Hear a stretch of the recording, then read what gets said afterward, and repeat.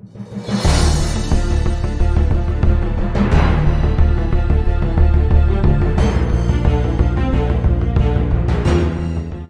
मैत्रिणींनो नमस्कार। आज मी आपल्यासाठी घेऊन आलोय राज्य कर्मचाऱ्यांच्या निवृत्ती वेतन संदर्भातील काही स्पष्टीकरणात्मक टिप्पणी। जाणून घेऊया याबद्दलची सविस्तर माहिती। तर नमस्कार मित्र मैत्रिणींनो, मी आहे तुमचा दोस्त आणि या चॅनलचा होस्ट मनोहर आणि आपण बघत आहात माझे यूट्यूब चॅनल एज्युकेशनल मनोहर। तर निवृत्ती वेतन हे प्रत्येक शासकीय कर्मचाऱ्यांच्या अधिकारांची गोष्ट आहे आणि त्याबाबत काही स्पष्टीकरणात्मक टिप्पण्या आज आपण आजच्या व्हिडिओमध्ये बघून घेणार आहोत। त्यामुळेच हा व्हिडिओ सुरू करण्यापूर्वी हे चॅनल एज्युकेशनल मनोहर यावर आपण नवीन असाल तर हे चॅनल आपण सबस्क्राइब करून घ्या आणि हा व्हिडिओ बघितल्यानंतर सर्व शासकीय कर्मचारी बंधू भगिनींना आपण शेअर करा। चला तर मग याबद्दलची सविस्तर माहिती आपण आता बघून घेऊया। तर राज्य कर्मचाऱ्यांना त्यांच्या चांगल्या कामांसाठी सेवानिवृत्तीनंतर पेन्शन देण्यात येते। सदर कर्मचाऱ्यावर कोणत्याही प्रकारचे न्यायिक कार्यवाही सुरू नाही अथवा प्रलंबित नाही, तसेच कोणत्याही प्रकारची विभागीय चौकशी नाही अशा प्रकारचे प्रमाणपत्र नियुक्ती प्राधिकाऱ्यांकडून मिळणे आवश्यक असते, तरच सदर कर्मचाऱ्यास निवृत्ती वेतन लागू करण्यात येते। या संदर्भातील काही नियमावली आपण पुढील प्रमाणे जाणून घेऊयात। पहिला आहे त्याच्यामध्ये, जर सरकारी कर्मचाऱ्यावर सेवानिवृत्तीपर्यंत विभागीय चौकशी आरोपपत्र निर्गमित केले असल्यास अथवा दिले असल्यास किंवा सदर कर्मचाऱ्यास निवृत्तीपूर्वी निलंबित केले असल्यास सदर दिनांकापासून विभागीय चौकशी सुरू झालेली आहे असे समजण्यात येईल। दुसरा मुद्दा आहे न्यायिक कार्यवाहीबाबत। यामध्ये दिवाणी कार्यवाहीचे बाबतीत वादपत्र न्यायालयात ज्या तारखेस सादर केले जाते त्या दिनांकास न्यायिक कार्यवाही सुरू झाली आहे असे समजण्यात येईल। तर फौजदारी कार्यवाहीच्या बाबतीत दंडाधिकारी दखल घेतो अशी तक्रार किंवा प्रथम प्रतिनिवेदन पोलीस अधिकाऱ्याने ज्या तारखेस दाखल करण्यात आले असेल त्याच तारखेस सुरू केले आहे असे समजण्यात येईल। तिसरा मुद्दा आहे, जर वर नमूद केल्याप्रमाणे विभागीय अथवा न्यायिक कार्यवाही निवृत्तीचे दिनांकास सुरू नसेल तर त्याबाबतचे नाहरकत चौकशी प्रमाणे देणे क्रमपत्र आहे व त्या कर्मचाऱ्यास निवृत्ती विषयक लाभ मंजूर करावे लागते, त्यास प्रतिबंध करता येत नाहीत।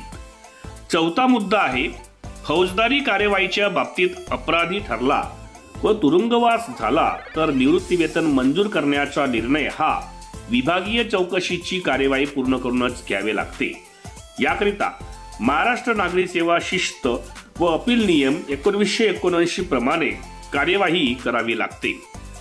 पाचवा मुद्दा यामध्ये देण्यात आलेला आहे, ज्या प्रकरणी विभागीय चौकशी किंवा न्यायिक कार्यवाही सुरू असेल त्यांच्याबाबत सेवानिवृत्ती दिनांकानंतरही ती सुरू असेल व समाप्त करण्यात येईल।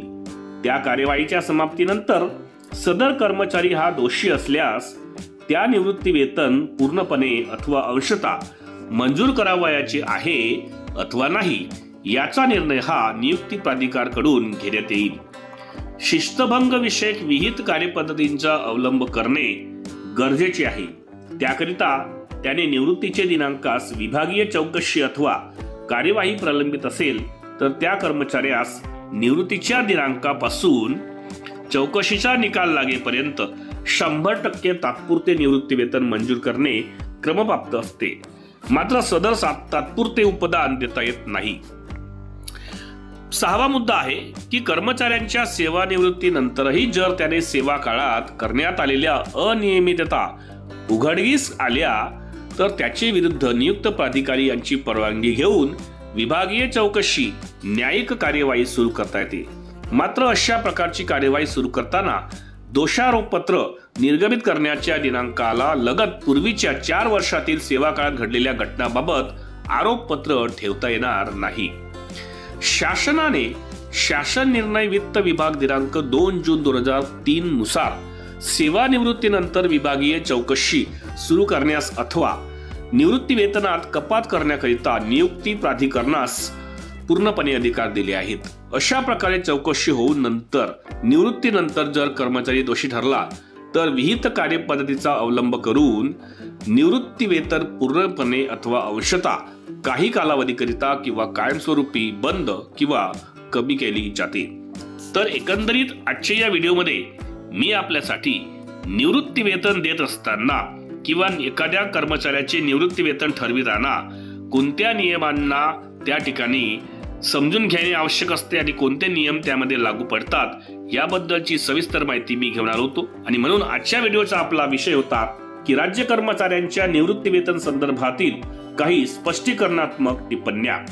आशा करतो हा व्हिडिओ आपल्याला आवडला असेल. व्हिडिओ आवडला असेल तर त्याला एक लाईक आणि जास्तीत जास्त शेअर करायला आपण विसरू नका. आणि हे चॅनल एज्युकेशनल मनोहर यावर आपण नवीन असाल तर हे चॅनल आपण सबस्क्राईब करायलाही विसरू नका. चला तर अशाच एका महत्त्वपूर्ण व्हिडिओमध्ये पुन्हा एकदा मी आपल्या समोर येणार आहे.